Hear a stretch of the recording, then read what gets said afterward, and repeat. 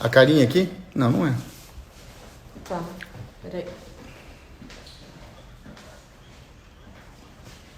Aqui, ó, não é? Nesses dois rostinhos aqui. É, vai. Pronto. Ó, Eu já apertei o rostinho, pronto. E agora? solicitações. Várias pessoas. Tem que achar o Mário. Vamos lá. Cadê? Puta que pariu. Cadê o Mário? Olha, Pedro, vou te falar, muito confuso, cara. Peraí.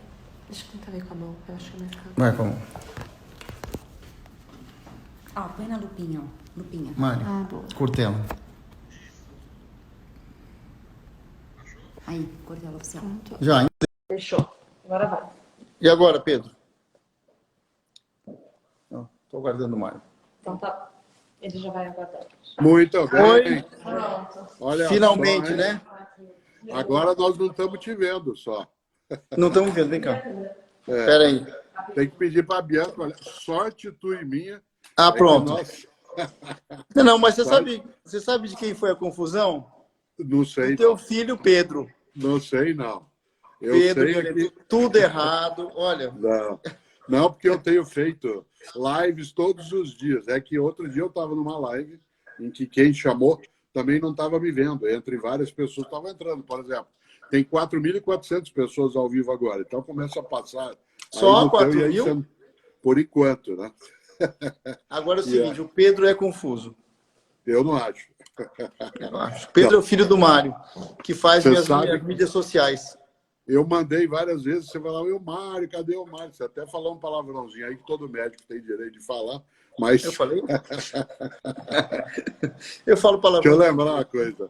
Muita gente, Calil, não sabe, muita gente não sabe, eu sou casado com libanesa, então eu sei, né, que Calil é uma palavra em árabe que significa o bom amigo, né, o Sim. grande amigo. É o E grande é amigo. interessante, né, você dizia, enquanto eu não conseguia fazer o acesso, que eu era capaz de fazer algumas perguntas, às vezes, desconcertantes. Né? Claro, nem sempre. Mas quando você pensa em Calil como bom amigo, né, olhando agora, né, você faz 34 dias, passou por 10 dias de internação, quer dizer, há 34 dias você foi internado, ficou 10 dias com o corona. Quem é o grande inimigo hoje? O A inimigo? ignorância, o vírus, o sistema de saúde, o nosso conhecimento que é precário. Quem que você acha que é o grande inimigo? Olha, veja bem, o inimigo não é o sistema de saúde, porque o sistema de saúde do mundo inteiro foi pego de surpresa por esse vírus, ninguém sabe nem como. Eu acho que todo mundo subestimou o vírus no começo, né, como todo mundo fala, e ele devastou o mundo, do ponto de vista psicológico, econômico e do ponto de vista de saúde. Agora, o nosso sistema de saúde, que é o Sistema Único de Saúde, é muito bom. E como sempre falo, quer dizer, essa doença veio da classe alta para baixa, quer dizer, veio de fora, né? E os hospitais privados, eles foram acometidos primeiro, né, com um grande número de pacientes com esse vírus. O que, do ponto de vista assistencial para o SUS, deu tempo de nos prepararmos da maneira que pudemos, né? Fazendo os pais de campanha, leitos de UTI, e conhecendo um pouco como tratar esse vírus. Porque nós passamos pelo H1N1, pelo influenza, mas esse vírus é um comportamento diferente, né? Eu costumo dizer, e você sabe que 80% das pessoas vão ficar assintomáticas. 80%. E vão saber que tem 80%.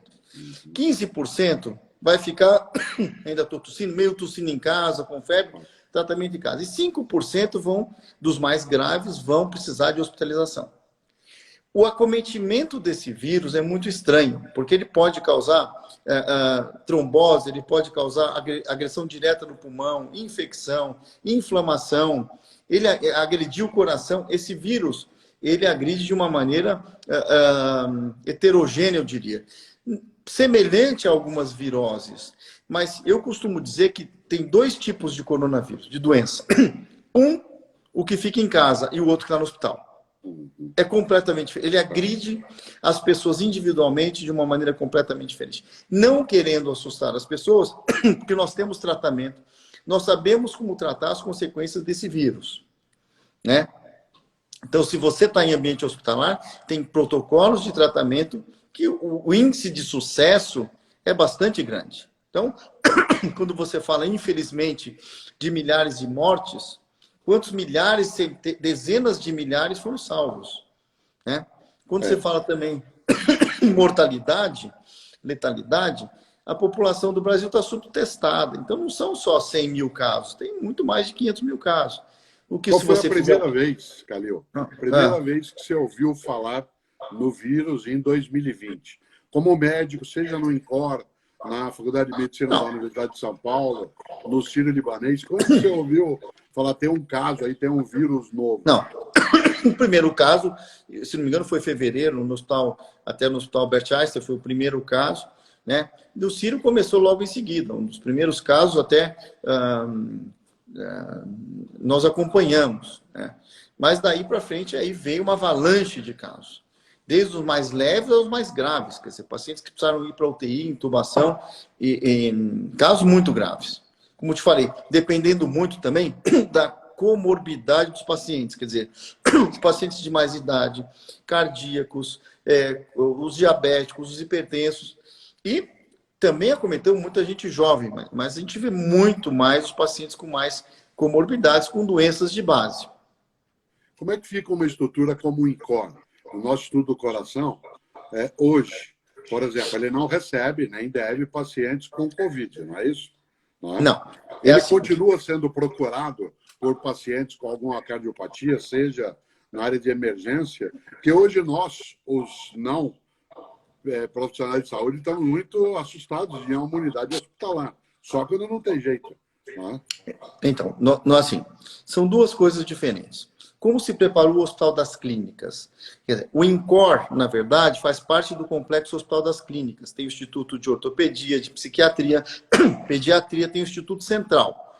Então, como nós nos preparamos? Foi feito um projeto de deixar o Instituto Central, que é na frente do INCOR, ali um pouquinho mais na diagonal, com 900 leitos só para Covid. Aquele seria o Instituto Covid. Mais de 200 leitos em UTI. Temos 200 lotados, estamos indo para 240 e vamos para 300. Ali o Hospital das Clínicas. Então, nós pudemos nos preparar antes, né? Isso foi muito bom. Então, com pessoas extremamente especializadas no tratamento de insuficiência respiratória por quadros gripais. Certo. E a grande maioria por Covid. O que aconteceu com os institutos foram um pouco descaracterizados para receber onde é que foram os 900 pacientes do Hospital das Clínicas. O INCOR está internando paciente com problemas de barriga. Os politraumatizados, por exemplo, o Águia pousa, vai para o pronto-socorro do INCOR e, obviamente, isso é reencaminhado para outros institutos. Então, foi dividido as especialidades entre os institutos. Claro que o INCOR continua, obviamente, com os pacientes, mas o INCOR tem em torno de 400 leitos ativos, 100 leitos são destinados a outras especialidades, justamente para o complexo ficar livre. Deixa eu ter uma curiosidade, né? Aí, não só como alguém que te admira, como também nossa amizade, que é antiga em relação à convivência. Você teve o vírus, ficou 10 dias, né, internado, já relatou, já contou como é que foram os teus dias, né, o que te incomodou, o que te agoniou. Agora você voltou a trabalhar. Não há ainda uma comprovação, pelo que eu li, que alguém que já teve o vírus, que você faça anticorpos e aí fica imunizado. Você tem segurança de ter voltado, né, para a tua atividade? Não, existe sim. A pessoa não pega de novo, não. Se você conversando com os infectologistas, você tem, obviamente, um marcador de imunidade, que é o IgG. Então, você faz a sorologia, ele vem positivo, você está imunizado, né? Existe muita conversinha em torno desse vírus, né? Infelizmente. Mas você conversando com os infectologistas, a pessoa que tem o IgG positivo é que nem uma vacina. Sim. Né? Então, quando sair a vacina, o problema do coronavírus é uma coisa do passado. Para quem toma vacina, porque as pessoas têm costume de não tomar vacinas, né? Então, isso é um adendo que eu faço. Agora, o exame sorológico é aquele da gota de sangue? Não, não. É aquele do sangue mesmo, a sorologia. Com o IgG tem vários, mas o mais assim é o IgG no sangue, o IgG positivo. Então, por exemplo, no meu caso eu fiz o IgG, extremamente altos índices, eu estou completamente imunizado. Nunca a medicina é completamente, mas provavelmente. Sim, claro. E você assustou? Por exemplo, você é um médico que circula, né, em estruturas hospitalares o tempo todo, portanto, está submetido a contágio, por mais que tome cuidado, como toma mesmo. Você detectou no final de semana, no final de semana que antecedeu 30 de março, que você não estava tão bem, né? Quando que você suspeitou que pudesse estar com o Covid? De que modo? É mais ou menos assim, falando de mim. Eu tenho essa tosse e reflexo, mas eu tenho uma sinusite crônica que eu pareço uma foca. Você já me viu fungar várias vezes, que nem foca, sei lá, cachorro, sei lá quem funga. Mas de qualquer jeito, assim. Então, eu tenho de vez em quando esses quadros meio gripais, meio crônicos. Eu não fui muito inteligente, para ser bem burrinho, porque eu tive contato com um amigo meu, até no mesmo ambiente, e 4 dias depois ele foi diagnosticado com vírus.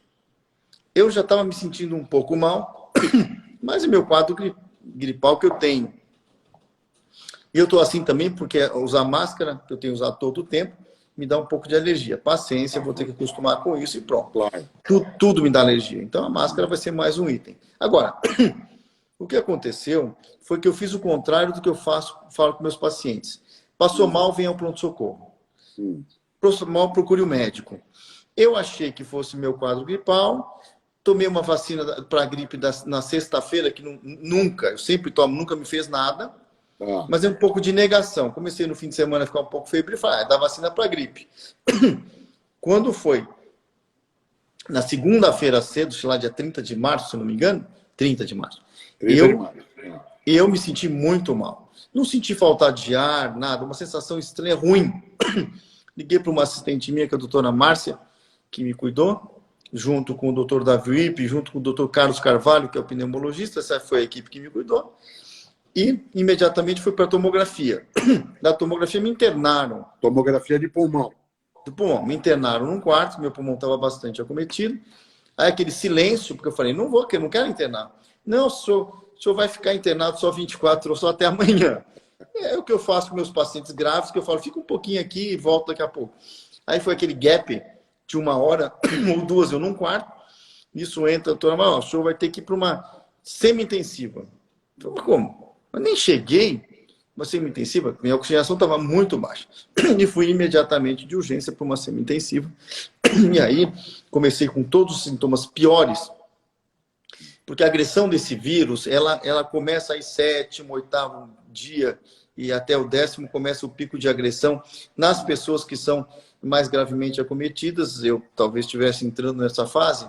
E aí Você foi chegou muito a perder o olfato, como algumas pessoas indicam? Olha, eu vou te falar uma coisa. Eu tinha tanta dor no corpo, tanta falta de ar, febre, que eu nunca tive febre na minha vida. Febre de 39, que eu não sentia mais nem o que eu estava sentindo, quer dizer, entendeu? Então, foi horrível. É um quadro muito estranho. Como eu te falei, é uma doença nova, estranha. E os 4 primeiros dias de hospitalização foram muito difíceis. Obviamente, foi discutido várias vezes eu ir para a unidade de terapia intensiva, para UTI ser entubado. Então, existe receio. Eu não tive medo, não. O sofrimento é tanto com esses quadros mais graves que você não tem muito medo de nada, não. Você tem medo de sofrer, né? Mas, de novo, não alarmando as pessoas. E são 5% dos casos. E tem tratamento. Nós conhecemos o tratamento das consequências do vírus. Não existe o antiviral também. Não existe ainda. E nem a vacina. Mas nós sabemos como lidar com esse vírus hoje, com o tratamento. Que não é muito diferente do HN1, tem algumas características diferentes, mas nós sabemos hoje como tratar. Então, isso dá uma tranquilidade para a população que sabe o que fazer. Então, eu sei que você não é infectologista, mas convive, né, na comunidade. Das primeiras vezes que eu, Cortella, vi, né, as orientações, eu estou em isolamento, hoje faz 54 dias que eu estou em isolamento ou distanciamento social, né, de vários modos, e desde o início se falava, né, aqueles que são infectologistas, que haveria né, um pico em relação ao contágio, dizer assim, até o final de março, até o final de abril, até a segunda semana de maio. Esse tipo de postergação, adiamento, te coloca também, como coloca a mim, no estado de expectativa que dá uma certa agonia, ou você acha que isso faz parte do processo, a ciência é assim, né? A ciência não é adivinhação, é só uma tentativa de previsão. Não. As viremias têm esse tipo de comportamento. Elas vêm, atingem o pico, o platô e elas começam a cair. Já era esperado, no fim de abril, primeira semana de maio, o pico no país. Sendo que o país é um país heterogêneo. Então, tem regiões mais acometidas e menos acometidas. Falando de São Paulo, até o isolamento ajudou muito em achatar essa curva. Por que o achatamento da curva? Porque o achatamento da curva leva a impedir o colapso do sistema público, principalmente, né? Então, os casos vão chegando, quer dizer, pessoas vão tendo alta, de uma maneira, não de um pico de internação, que você não tem nem leito de UTI. Porque o grande arma contra o que aconteceu na Alemanha, por exemplo, que a letalidade foi muito baixa, é disponibilidade de leito de UTI junto com o isolamento, junto com a boa estrutura de saúde, né? Então, nós estamos no pico. Se você vai ser otimista, como eu sou, e torço, quer dizer, essa semana e a outra serão mais o pico, mas isso muda muito, né? Vamos atingir um platô e, se Deus quiser, e se o vírus deixar, nós vamos entrar junho muito mais tranquilos, né? Até a última semana de maio, quiçá, né? Depende muito do comportamento. Pois não. Claro. Você tem 60 anos, eu tenho 66. Tô Você vendo. não está no grupo de risco ainda. Vai entrar agora em julho, quando fizer 61. Mas, por enquanto, ainda está na faixa, né, de passagem. Logo no início, né, da expressão, quando o OMS falou em pandemia, se falou muito de nós mais idosos, né? E quando a gente olha, uma parcela grande das internações, mais da metade em algumas regiões, se dá com pessoas de menos de 60 anos. Você entende isso como resultado de um recolhimento dos mais idosos, ou aqueles que são atingidos pelo vírus com menos de 60 anos têm um número menor de óbitos do que você tem visto ou lido ou estudado? Veja bem, os que têm mais comorbidade, mais velhos, com doenças, a letalidade é maior. Mas esse vírus tem acometido gente jovem, sim. Como você vê, pessoas na faixa, a média do Brasil, 39, 40 anos. Quer dizer, tem atingido gente jovem também. Claro que atinge mais a população chamada idosa e com comorbidades. Mas mesmo os jovens com comorbidades, eles têm um fator de risco maior. De novo, esses são os 5% mais graves. Então, não adianta a população entrar em pânico. 95% não acontece nada. São os 5% mais graves. E você tendo lugar para se internar e ter um bom cuidado, que já sabe protocolos de tratamento, a letalidade ela é menor. Essa letalidade hoje, ela sem dúvida, ela nos coloca em estado de atenção, né?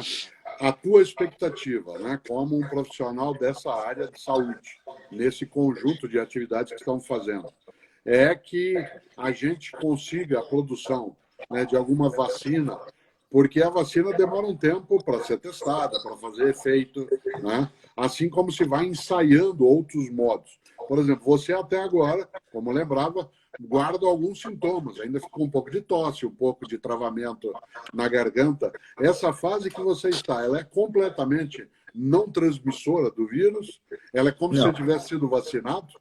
Sim, eu não transmito mais, a minha tosse é alérgica, porque inclusive você faz o PCR de controle justamente para isso. Meu PCR é normal, negativo, eu não transmito mais e não pego mais, eu posso encontrar o vírus na rua e falar, tchau, querido, sai daqui, você não me pega mais e pronto, né? E não transmito mais, completamente curado. Eu tenho uma tosse alérgica há muitos anos, sou alérgico com essas máscaras que tenho usado, não adianta, isso aqui é um caos na minha vida, mas paciência, vamos usar máscara e ficar tossindo e pronto, né?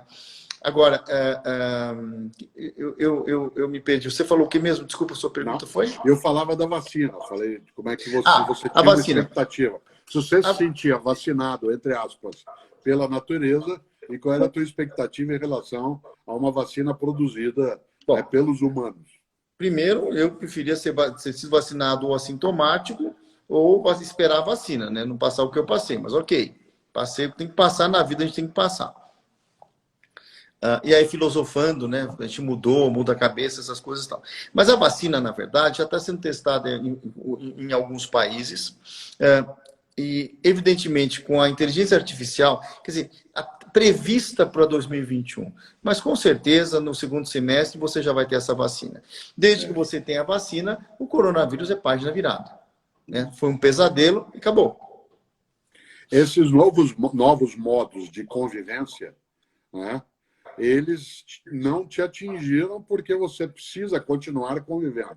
A atividade de um profissional de saúde, né, como é o teu caso, que é médico, né, que é docente, que tem responsabilidades, o que é que significa? Quando que você pode, por exemplo, ir para casa ou se alimentar? Eu que te conheço, sei que a essa hora você ainda não comeu, vai comer assim que a gente parar essa live. Né? A gente parar, eu continuo no consultório, vou para o Círio, como você sabe, saio meia-noite.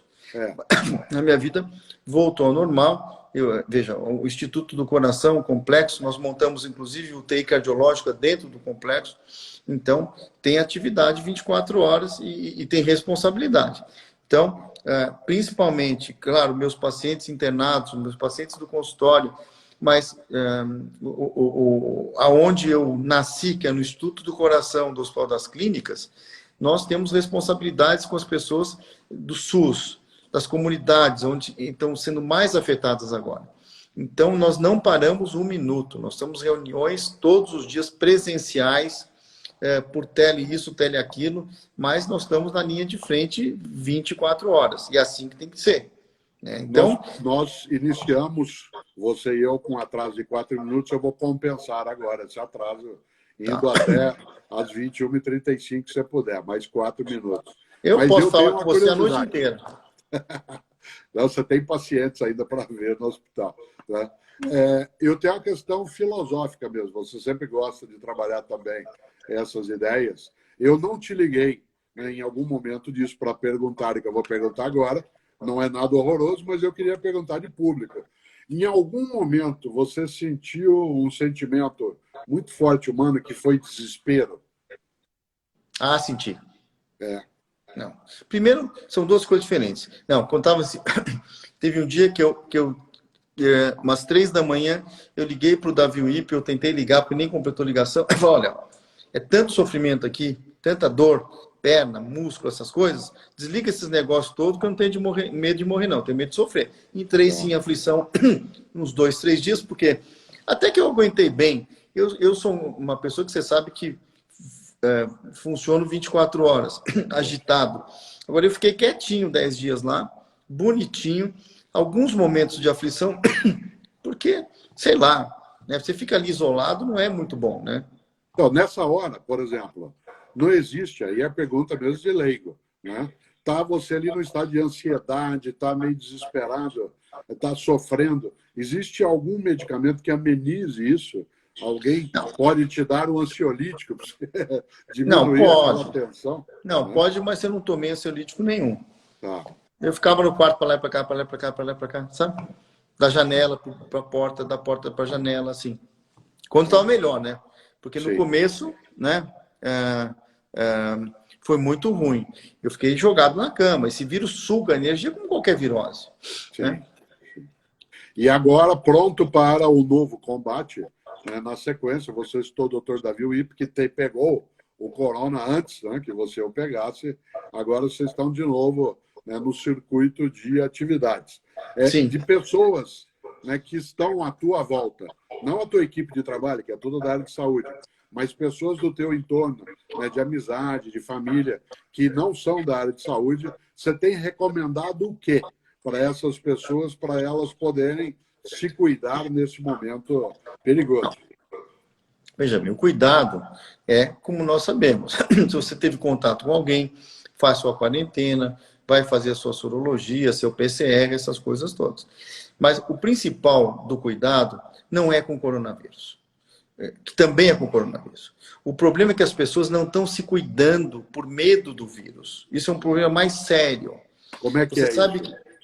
Por exemplo, o hipertenso, o que tem problema cardíaco na minha área, ele não está fazendo exames, ele não está indo no médico por medo do vírus. Está infartando em casa por causa do vírus. No mês de março foi o pior, por exemplo, o INCOR. O INCOR atendia, ele teve uma queda no número de infartados no pronto-socorro do INCOR de 50%. Ora, onde foram os infartados? Morrendo em casa. E em abril começa a chegar os pacientes infartados. Por que o senhor não veio antes? Porque eu fiquei com medo do vírus. Então, isso é seríssimo. Não é para ter medo? É para ter medo do vírus, mas é muito mais para ter medo da sua coronária fechando, da sua hipertensão descontrolada, porque a letalidade de uma hipertensão descontrolada, de uma coronária é muito maior.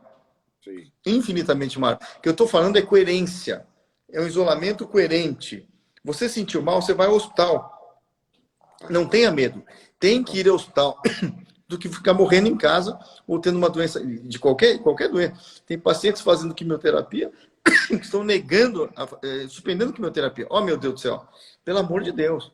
Então, as pessoas têm que se conscientizar que elas têm que se cuidar. Continuar indo no médico, fazendo exames de rotina.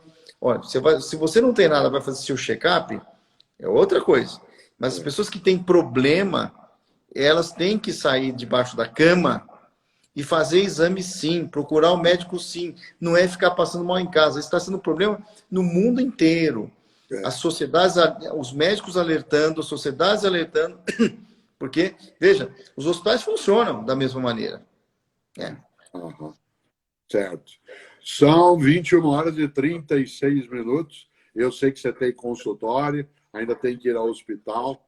Uma conversa como essa, Calil, altamente esclarecedora. O bom amigo, voltando ao ponto de partida, né, que estava, na hora que me chamou, eu dizia, você não chegava. Eu me sentia um pouco, às vezes, eu solicitava e não conseguia acessar. Eu me sentia, às vezes, e não contigo, mas em alguns locais onde a gente vai e, de repente, não consegue ir ali, né, o ponto de entrada. Mas é muito interessante poder conversar com alguém que não só entende dessa questão, porque é médico, é doutor na área, é professor titular da Universidade de São Paulo, mas teve o coronavírus. Portanto, né, é alguém que fala pelo lado de dentro. E eu fiquei animado de imaginar que você tenha toda essa esperança. Por isso, fazer essa live nessa noite, agora nós vamos te liberar para você poder seguir na tua rota, que eu sei que vai até meia-noite ou mais. E como a gente costuma dizer, e você também, cuide-se. Cuide-se, aproveite, cuide-se, tá bom? Eu te agradeço de ter chamado. Eu te agradeço muito, agradeço a todos, viu? E o importante é falar, esse vírus, essa viremia vai passar, essa pandemia vai passar, a vida continua, né? O sistema de saúde brasileiro vai sair fortalecido com isso, porque tanto o SUS como os hospitais privados estão dando conta da maneira que pode da situação, mas eu acho que principalmente o Sistema Único de Saúde vai ser muito reconhecido pela população e mais reconhecido ainda pelas autoridades para financiarem cada vez mais o SUS, que é um sistema brilhante, subfinanciado, né? E eu tenho que terminar com isso. O SUS, você fala em SUS, em tratamento no SUS, meu Deus do céu, entre no hospital do SUS, vai ser tratado lá pelos profissionais que dão a vida pelos pacientes. Alguém falou, viva o SUS mesmo. E depois dessa pandemia, esse sistema vai ser muito fortalecido, porque quem está na trincheira ali agora é o SUS, são os médicos do SUS, são os profissionais da saúde do SUS, salvando dezenas de milhares de vidas. É emocionante quanto... Então, o SUS vai sair muito fortalecido, as pessoas talvez saiam diferentes ou não, né? Para terminar. E, de novo, o vírus existe, 5% das pessoas são mais graves, a vacina vai acontecer, nós sabemos como tratar. Então, o pânico tem que diminuir um pouquinho, eu acho. É muito pânico para pouco vírus, não desmerecendo, claro, o poder não relaxa, não. A minha regra é não relaxa, não. Isso, não relaxa, não. Atenção, nada de pânico, isso. Mas não relaxa, não. Nada de pânico, mas não relaxa. Tá bom. Abraço. Siga para as suas coisas. Como dizem sempre, fica bem. Fica obrigado, bem. Viu? Agora a gente desconecta aqui, ó. Vai embora. Não, desconectar eu sei. Agora, conectar foi difícil. Demorar 5 minutos. Aprenderemos. Abraço. Um abraço. Tchau, tchau.